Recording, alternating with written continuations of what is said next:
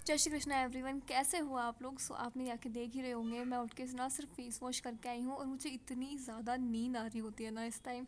Morning में जब भी उठती हूँ ना तब यही ऐसा होता है, ऐसा लगता है जैसे आंखें ना बिल्कुल उठना ही नहीं चाहती है, बहुत थकी थकी सी लगने लगती हैं इतना सोने के बाद भी।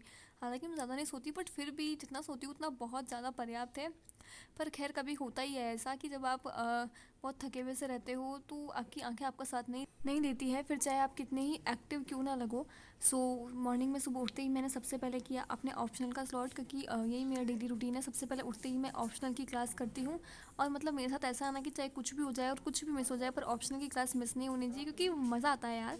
और सुबह सुबह ना यही करना भी चाहिए, जिस चीज़ में आपको सबसे ज़्यादा मज़ा आए ना आप उस चीज़ को पहले करो, क्योंकि उससे आप एक जगह टिके रहोगे, एक जगह बैठे रहोगे और आपकी जो मॉर्निंग प्रोडक्टिव हो जाएगी। और मॉर्निंग प्रोडक्टिव होगी तो आप एब्सोल्युटली आपका पूरा दिन भी काफ़ी ज़्यादा अच्छा जाएगा। क्योंकि मेरे साथ तो ऐसा होता है, मतलब मॉर्निंग में पढ़ाई हो जाती है ना तो पूरा दिन अच्छे से निकलता है। लेकिन अगर मॉर्निंग में मैं आलस कर जाती हूँ तो पूरा दिन मेरे सर पे ना आलस ऐसे ही छाया हुआ रहता है, साया डाल के। और आज तो मैं चाहती भी थी कि मेरी जो मॉर्निंग है ना वो प्रोडक्टिव हो, ताकि मेरा पूरा अच्छा जाए आज का दिन, क्योंकि आज मुझे करनी है अपने एग्ज़ाम्स की प्रिपरेशन। यार इन सेमेस्टर एग्ज़ाम्स का ना यही दुख है, सांस लेते ही पेपर आ जाते हैं, फिर सांस लेते हैं पेपर आ जाते हैं, है ना। अभी अभी जस्ट शायद 2 महीने भी ढंग से कंप्लीट हाँ हो गए होंगे अब तक तो मेरे सेमेस्टर एग्ज़ाम हुए हुए, और अभी फिर से ना सेकंड सेमेस्टर के इंटरनल एग्ज़ाम्स आ गए हैं। तो मैं ये सब सोच रही थी कैसे पढ़ना है, कहाँ से पढ़ना है, क्योंकि ऐसा है ना कि मतलब अभी सब कुछ प्रॉपर स्टार्ट नहीं हुआ है और उससे पहले ही एग्ज़ाम आ गए। तो कुछ कुछ चीज़ें ना, कुछ क्या बहुत कुछ खुद से करना पड़ेगा और थोड़ी सी मेहनत भी ज़्यादा करनी पड़ेगी इस बार। और फिर मैं छत पर चली गई थी और ये हमारे प्यारे प्यारे छुई मुई के पौधे, पता नहीं क्यों पर मुझे इनको छूने में बड़ा मज़ा आता है। मतलब जो चीज़ नहीं करनी होती है ना मुझे वही करने में ज़्यादा मज़ा आता है। और इतने अच्छे हो जाते हैं ना, मतलब एकदम सिकुड़ से जाते हैं शर्मा के। और आज ना पहली बार हमारे ना मतलब रोज़ जो था ना वो एकदम पिंक कलर का सा था, वरना रेड आते हैं हमेशा। सो ये सब कंप्लीट करके और फिर मैं नीचे आ गई थी, मैंने अपने नेल्स कट किए और थोड़ा सा अनार वगैरह खाया और नहा धो के फिर मैं बैठ गई थी अपनी जो ऑप्शनल की क्लास मेरी अधूरी छूट गई थी ना उसको कंप्लीट करने के लिए। क्योंकि कभी कभी ऐसा होता है कि है ना, जब मैं उठ तो टाइम से जाती हूँ बट क्लास इतनी लंबी होती है कि बीच बीच में कोई ना कोई काम आ जाता है और क्लास अधूरी छूट जाती है, तो फिर उसको मैं नहा धो के कंप्लीट करती हूँ।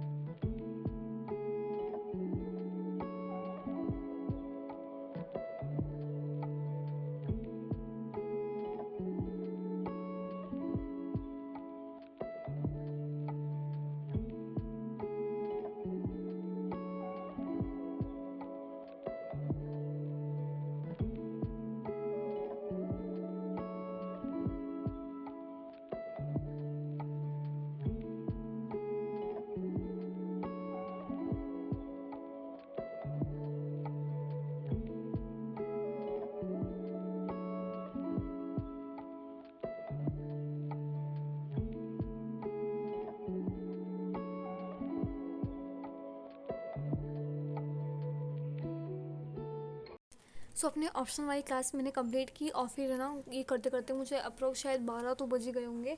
और फिर उसके बाद में मैंने सोचा कि चलो थोड़ा सो ही जाते हैं, क्योंकि सुबह की नींद थोड़ी अधूरी सी रह गई थी ना, इसलिए मैंने सोचा कि चलो आधे एक घंटे का नैप तो ले ही लेते हैं। और पता नहीं आधे एक घंटे का नैप कब कितने टाइम में बदल जाता है पता ही नहीं चलता। कभी कभी नींद ही नहीं आती कि आधा घंटा ऐसा लगता है अरे यार मैं क्यों ही लेटी, मैं लेटी ही क्यों कि मेरा आधा घंटा बर्बाद हो गया, ना तो नींद आई ना और कुछ हुआ। तो फिर उसके बाद में मैं उठ गई थी और उठ के मैंने जल्दी से अपने सारे क्वेश्चन जो आने वाले थे मिड टर्म में उन सब के टॉपिक्स के मैंने आंसर वगैरह ढूंढे, उनके नोट्स प्रिपेयर किए। और फिर है ना बहुत ज़्यादा इच्छा हो रही थी यार आज मैगी खाने की, तो सोचा कि चलो मैगी बना लेती हूँ सबके लिए। और मैगी से पहले मसाला मेरे मुंह में जाना चाहिए, ये तो भाई मैंडेटरी है, मुझे मैगी बनाना ही इसीलिए पसंद है क्योंकि उसका मसाला जो टेस्ट करने को मिलता है। फिर मैगी खाते खाते मैंने हनी बनी इन्जॉय किया, जो कि मेरा सबसे फेवरेट कार्टून है, specially Honey.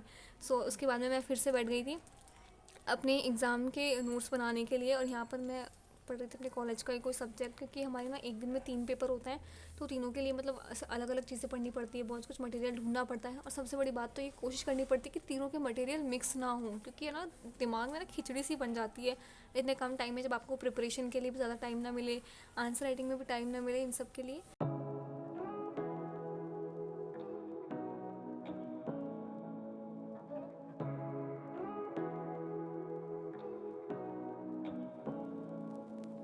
Say what you wanna say to me now. I wanna wake up with you in the morning. Show me there's nothing fake to me now. I wanna wake up with you in the morning. Say what you wanna say to me. सो अपने notes वगैरह complete करने के बाद में मैंने थोड़ा बहुत तो रेस्ट वगैरह किया और फिर मैं छत पर आ गई थी अपना रिवीजन करने के लिए। और मैंने देखा कि यहाँ पर इतनी सारी चिड़िया बैठी हुई है, भाई कुछ तो सीक्रेट बात कर रही थी, मुझे तो पता ही नहीं चल रहा कब से ची ची ची कर रही थी। हालांकि इनकी आवाज़ अच्छी भी लगती है, बट कभी कभी ना इरिटेशन होने लगता है जब आप पढ़ रहे होते हो।